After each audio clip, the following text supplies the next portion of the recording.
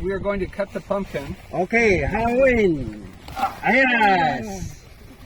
So we leave the stem so people can carry the pumpkin, right? Good. And they can then cut it and make a jack-o'-lantern, make something to decorate their house. Pumpkin pie. Yep, pumpkin pie.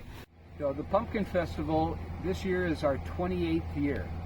And this year we expect thousands and thousands of people to come back to the farm. Last year we had to close because of the pandemic, and so we have many people that are excited to come back to the farm, and there are many different things that they'll be able to do here. First of all, we grow all of our own pumpkins, and so we're growing approximately 30 to 40,000 pumpkins this year. We have a farm that's about 1 mile from here where we grow these pumpkins. I actually have students there right now that are cutting them from the vines and preparing them to bring over here next week. And so we grow from little baby ones that the small children like to carry up to real large ones. And everybody, it's a very family oriented. It's a real fun place for families to come and enjoy. In addition to pumpkins, we have our farm animals. We call this the petting farm. It's a great place for people to see farm animals up close. Many times in the city, you don't see agriculture. You don't see how food is grown. So they can come here and experience open space, and it's really fun.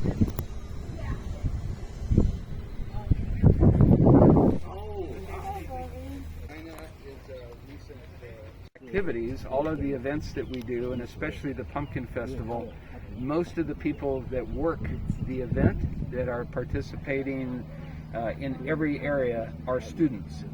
And so the students that are in here are studying animal science. They're studying how to become veterinarians or to work with livestock. In the farm areas, we have students that are studying plant science, how plants grow and how to grow vegetables and such. So we love having our students there, and we like letting them talk to people and explain about what they're learning. So you'll be able to see, and you can talk to some of our students if you'd like. We have lots of places for people to take photos, and we will have an antique tractor there that they can sit on and take photos, scarecrows, other things like that. Also in the field is a sunflower maze, and this is something we started 2 years ago. We've grown a field, an area with sunflowers, and you'll be able to see them. They're already blooming now, starting, and we make a path through there, and so thousands of people go through there and take, I can't even count how many pictures they take. It's just a very beautiful place to go, and you can see bees at work with collecting nectar and the pollen. It's a very popular place.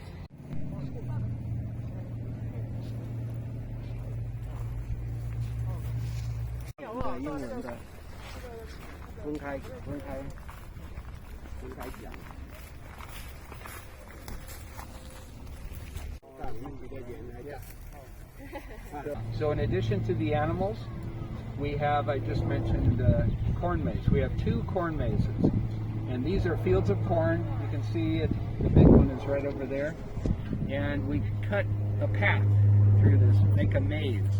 And so people go in, it's about 1 mile of different trails through there.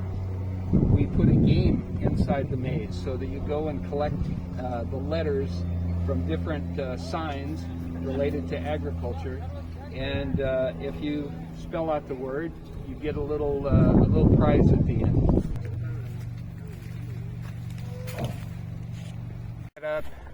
Right here is a little pyramid where kids can climb up, and this is our giant scarecrow.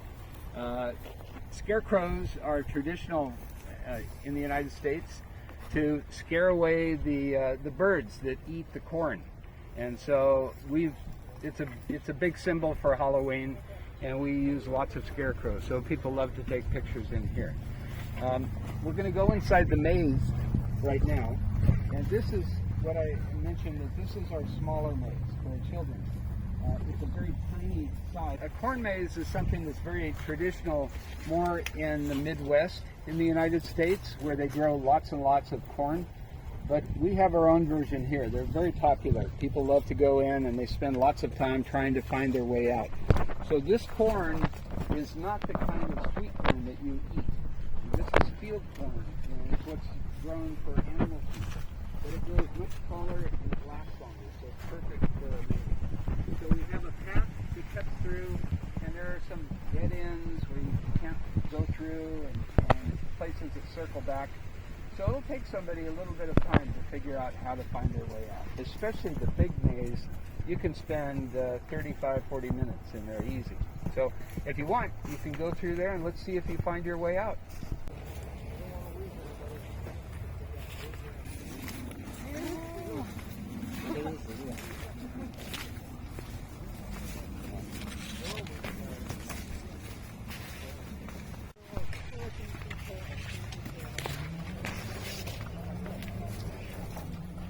那我们有一个品种特别大的，等一下你们可以看得到。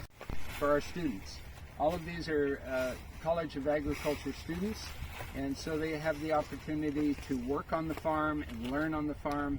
They also have classes that come out here and they study different types of crops. They can do research projects. But why we're here today is because this is where we grow our pumpkins. So we have 15 acres of pumpkins right here. We're growing probably close to 30,000 pumpkins in this field. So what they're doing today is they're cutting the pumpkins from the vine. And they put them in rows, and then next week we come with large bins and get picked up to take over to the pumpkin patch. This is pretty much employed by students. So students at the university, we come down and we're able to work. So this gives us a chance to be connected with our university. You know, we help with put on events that all students and then the public can come and enjoy.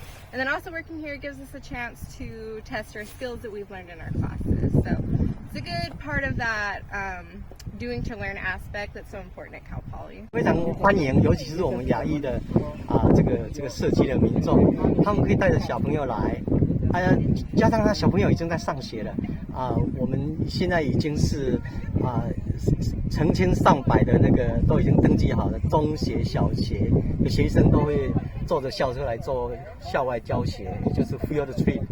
那在这里本来就是一个很传统又很盛大的节日，因为去年我们停办，那今年我们扩大举办，所以就很欢迎大家来，然后而且我们有吃的有你可以买回去的那个学生的那个产品，像我们的那个学生农场的酒会很有名，我们也有啤酒都是我们学生实习农场一直以来的很好的品牌。那也有蜂蜜，也有现摘的水果。我们一个特色就是说，我们摘下来的蔬菜水果几乎是零距离的上架，我们卖多少再去摘多少。那尤其是世上熟的这个水果，你知道，你几乎很多老饕，他们为什么会成为我们的忠实顾客，重复的来我们的那个学生实习农场的超市，生鲜超市，也就是这是一个很大的原因。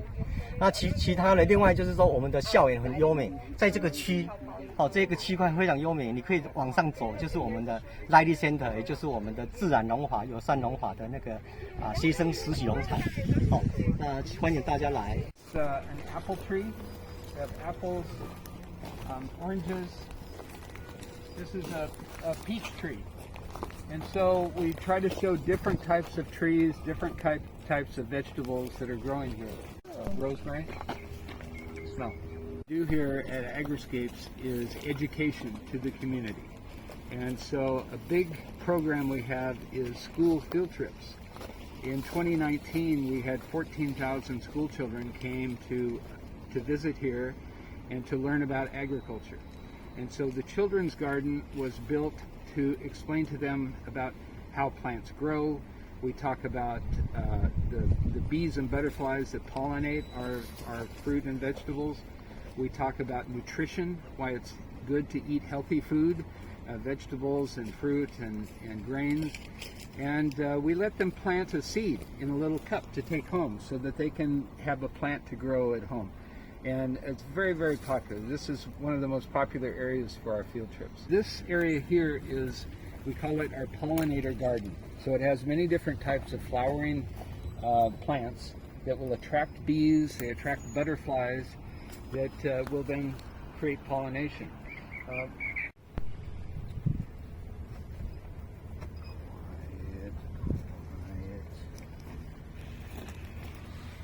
Only pictures. This is the one only picture.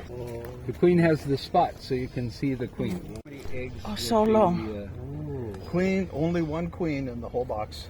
Whole box. She lays 2,000 eggs every day. This is a matter of flavor, and so the bees will make honey, the flowers for this honey, from the avocado tree. Right? Flowers for this is wildflowers. So everything, if we don't know. So. And then we're able to take the honey, and through a process, it goes through a machine and it manipulates the crystals, and it makes creamed honey, which is like almost like peanut butter. It spreads, so it's great on your toast in the morning or on fruit or things. And we're making a cinnamon honey and a chocolate honey and an unflavored honey now, and orange or pumpkin spice for October. Yeah. So the honey program, the bee program, is very, very important, not only for the education, but many people believe that local honey has some other properties that can help people with allergies and other things. So a lot of people seek out the honey from this local area.